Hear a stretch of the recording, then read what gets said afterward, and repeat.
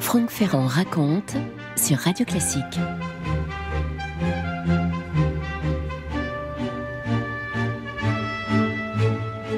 « 500 mètres de long, 200 mètres de large et je dis bien 100 000 spectateurs réunis pour des jeux extraordinaires, des chars qui tournoient, des animaux qui s'affrontent avec ces combattants qui se mesurent sous les clameurs d'une foule chauffée à blanc. Voilà ce qu'est l'hippodrome de Constantinople. Constantinople, la capitale de cet empire romain d'Orient qu'on a pris l'habitude d'appeler l'empire byzantin. Nous sommes au tout début du VIe siècle, à l'époque mérovingienne. Chez nous, nous sommes dans les années 510 de notre ère. Et dans les gradins, deux jeunes filles qui sont là pour amuser les spectateurs. Elles jonglent, elles enchaînent les acrobaties, elles font rire les gens. Certains donnent une petite pièce. Il y en a une qui a 10 ans, elle s'appelle Théodora, et sa sœur, un peu plus âgée, s'appelle Comito. Leur père était montreur d'ours. Il a été depuis employé comme gardien de fauves dans cet hippodrome. À Constantinople, à l'époque, deux clans se disputent à mort la tenue des jeux. Deux clans rivaux, bien sûr. Vous avez les Bleus et les Verts. Alors les Bleus sont plutôt soutenus par les aristocrates, par les patriciens d'origine gréco-romaine qui ont tendance à adhérer au courant orthodoxe du christianisme et au dogme de la Trinité. Et puis, soutenus par le peuple, par la plèbe, les petits artisans, les commerçants, etc., les Verts. Les Verts qui, eux, ont tendance à soutenir, à suivre un autre courant du christianisme qui croit en l'unicité du divin. Et est-ce que j'ai besoin de vous dire que le père de Théodora et de sa sœur Comito, leur père appartient aux Verts. Et il se trouve qu'il y a une grande bataille, une espèce de rixe, de bagarre générale. Et alors que Théodora n'avait que 3 ans, le père est mort. Et maintenant, c'est leur mère qui elle aussi appartient au clan des Verts, bien sûr, et qui a épousé le nouveau gardien des fauves. C'est elle qui s'occupe des deux gamines. Sauf qu'un jour, le beau-père, si l'on peut dire, est congédié, chassé par un autre gardien qui, sans doute, avait dans le clan de meilleurs appuis. Ce ne sont que des histoires de soutien et d'influence, bien sûr. Le nouveau gardien va chasser tout le monde et la mère et les filles se retrouvent livrées à elles-mêmes. Alors, que faire devant le chef des Verts, la mère vient se prosterner en public. Elle supplie les autorités de la reprendre. Évidemment, le nouveau chef fait la sourde oreille. Il emmène la mère hors du cirque et il va falloir qu'elle aille maintenant faire sa cour au camp adverse, le camp des Bleus. Elle se prosterne devant les Bleus et cette fois, on accepte de les protéger, cette mère et ces pauvres filles qui ne savent plus comment faire pour survivre. Voilà la grande misère dans laquelle commence notre histoire byzantine d'aujourd'hui. J'ai toujours grand plaisir à citer Joël Chevet, qui a fait paraître Les grandes courtisanes, sexe et pouvoir dans l'histoire aux éditions du Rocher. Enfin, reparaître, c'était l'année dernière. Voici ce que nous dit Joël. Cette anecdote qui la montre dès l'enfance plongée dans la violence des jeux du cirque et la fureur du public déchaîné et l'exacerbation des débats politiques et religieux qui ébranlent alors l'Empire d'Orient, cette anecdote est intéressante. Dans la fournaise survoltée de l'hippodrome, Théodora acquiert une expérience de la foule qui lui sera précieuse. Lorsque devenue impératrice, elle sera confrontée à l'une des émeutes les plus meurtrières de l'histoire de Constantinople. Oui, vous avez bien compris, celle qui pour l'instant est en train de faire des acrobaties dans les gradins du cirque en essayant de survivre, un jour sera l'impératrice de Byzance. Franck Ferrand sur Radio Classique. Alors en attendant, elles deviennent comédiennes, nos deux sœurs, là, puis danseuses comme leur mère, dans l'hippodrome, mais aussi dans des théâtres qu'anime la faction bleue. Vous avez bien compris qu'on a changé de crèmerie, si je puis dire. Théodora ne danse pas très bien, mais elle est belle, elle est gracieuse. C'est l'historien Procope, historien byzantin, historien de l'époque, qui avance dans son histoire secrète qu'elle aurait vendu ses charmes. Avec sans cesse de nouvelles inventions amoureuses, elle parvenait constamment à se soumettre les âmes des débauchés, écrit-il. Oui, bon, est-ce que c'est vrai, ça? Vous savez, il faut toujours faire très attention à ce que nous disent les chroniqueurs antiques, surtout lorsqu'ils appartiennent à un clan. Mais enfin, l'idée, c'est de délégitimer le pouvoir de Théodora, bien entendu, puisque c'est écrit bien après la mort de l'impératrice, d'ailleurs. Bon. Est-ce que Théodora a été la débauchée que nous décrit Procope? Sûrement pas. En revanche, elle a sans doute été courtisane. Oui, bien sûr, c'était tout à fait classique à l'époque. Ces hommes puissants qui invitaient les jeunes femmes comme elle à se produire dans des petites soirées de plus en plus privées. Vous imaginez. Et elle a 16 ans quand un magistrat, il s'appelle Ekebolos, la prend sous sa protection, si vous me permettez d'exprimer les choses de cette manière.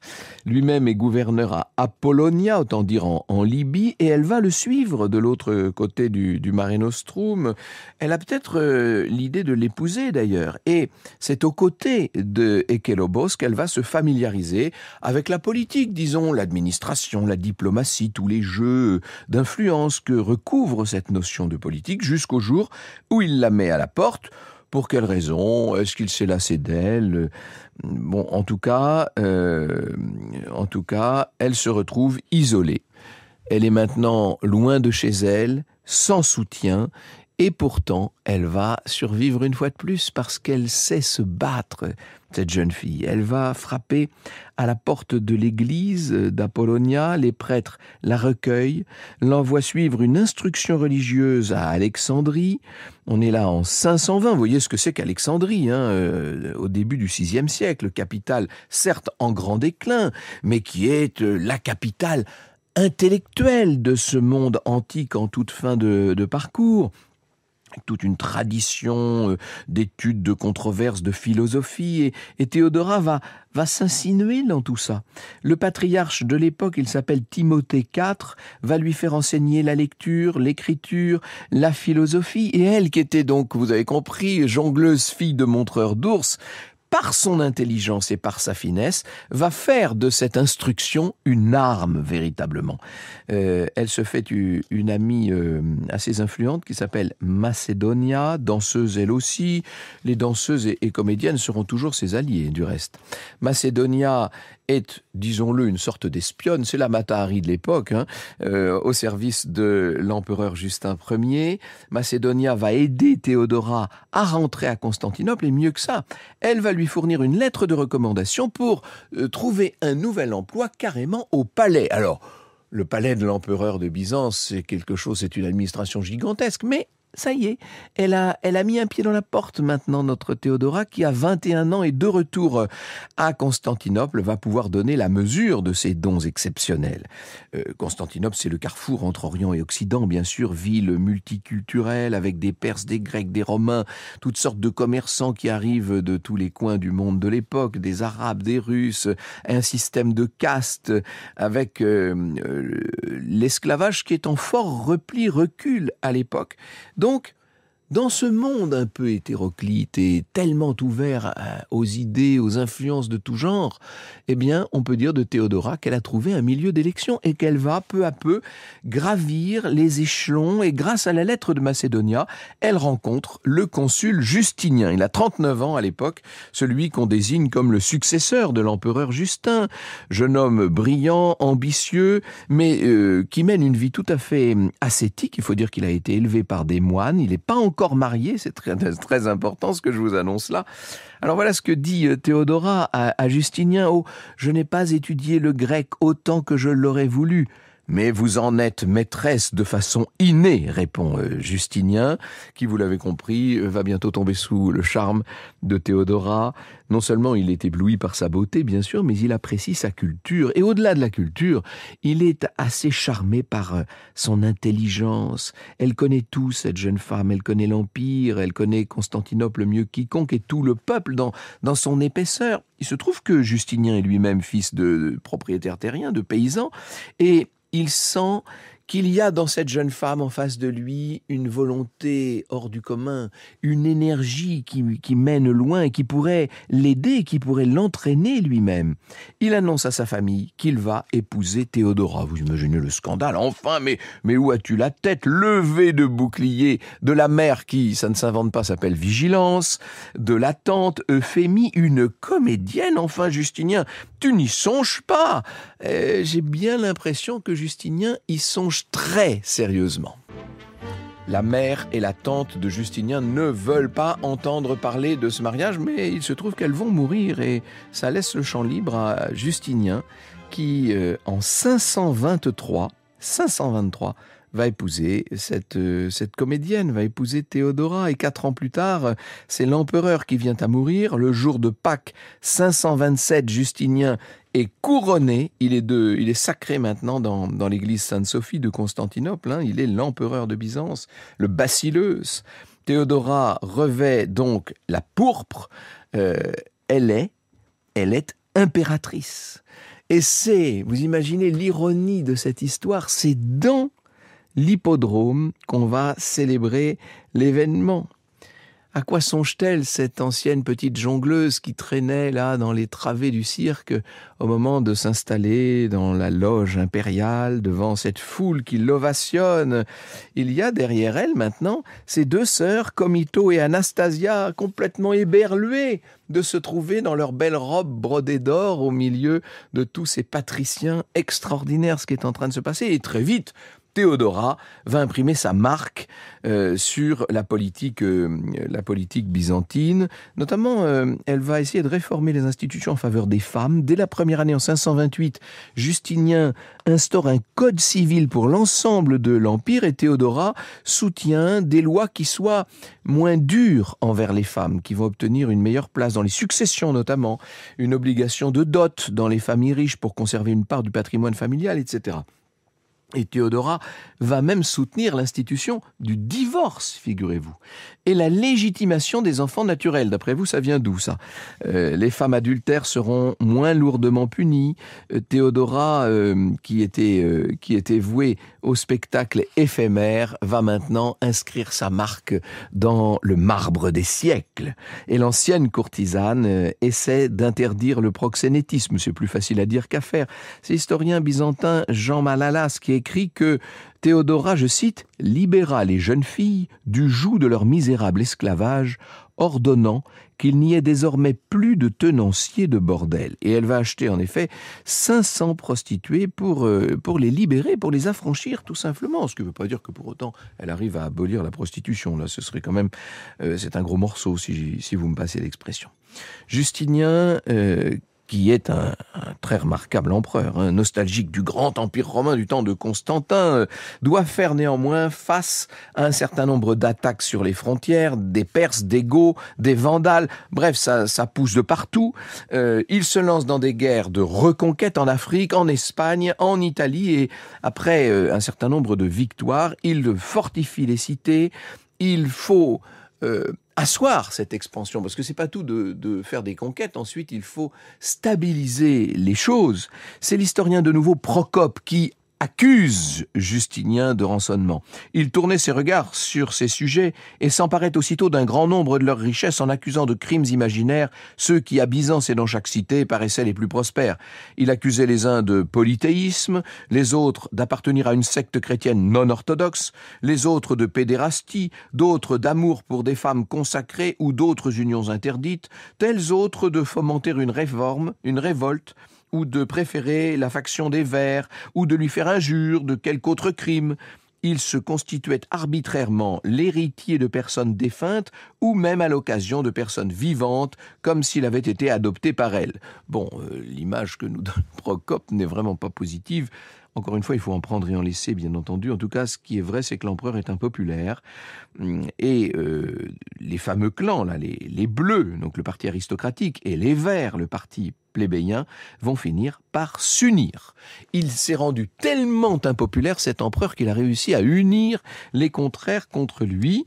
Je parle bien de Constantinople, bien sûr. Le 11 janvier 532, on est de nouveau dans l'hippodrome bondé de spectateurs venus pour les courses de chars, et d'un seul coup, les Verts lancent des insultes contre l'empereur. Et après la course, l'empereur se retire, il va réprimer cette fronde, mais que voulez-vous, la révolte est trop forte, elle s'étend partout maintenant. En une semaine, quand l'empereur réapparaît à l'hippodrome pour amadouer la foule en brandissant les évangiles et en concédant quelques réformes, on l'insulte littéralement, mort au blasphémateur, mort à l'assassin, et les bleus, les verts portent sur un bouclier le neveu d'Anastase, l'ancien empereur donc. Ils veulent destituer Justinien qui va se terrer dans son palais et bientôt la foule cerne ce palais au cri de victoire, victoire, Niké en grec, vous savez, qui va devenir d'ailleurs le nom Nika, le nom de cette révolte tournant à la Révolution. Et dans son palais, Justinien finit par abdiquer, par préparer sa fuite. Et c'est Théodora qui va se dresser contre lui et devant les généraux. Je cite Théodora. « Quand il ne resterait d'autre moyen de salut que la fuite, je ne voudrais pas fuir. Ceux qui ont porté la couronne ne doivent pas survivre à sa perte. Je prie Dieu qu'on ne me voie pas un seul jour sans la pourpre. Que la lumière s'éteigne pour moi lorsqu'on cessera de me saluer du nom d'impératrice pour toi, autocrator. Si tu veux fuir, tu as des trésors, le vaisseau est prêt, la mer est libre. Mais crains que l'amour de la vie ne t'expose à un exil misérable et à une mort honteuse. Moi, elle me plaît cette antique parole, que la pourpre est un beau linceul. » Magnifique courage de cette femme qui a une seule politique, tenir, écraser la rébellion, même si c'est de la manière la plus dure. Et c'est vrai que cette attitude a piqué l'orgueil de l'empereur, que Justinien se ressaisit, il ordonne à sa dernière garde, on est là vraiment avec des vétérans, 3000 vétérans, il y a des barbares aussi, des mercenaires, il leur ordonne de fondre sur la foule et de frapper à l'aveugle. Et les émeutiers sont complètement sidérés du massacre qui est en train de transformer Constantinople en bain de sang et bientôt en zone de feu, puisque la ville est à feu et à sang. Les rebelles se réfugient dans l'hippodrome où les soldats vont les achever. On dit qu'il y aura eu dans cette affaire 40 000 morts. La force aura eu raison de la révolte. Le peuple est complètement écrasé dans les arènes même, et c'est sur ces ruines fumantes que Théodora assoit son nouveau pouvoir. Elle a réussi à conserver, mais à quel prix, la pourpre impériale.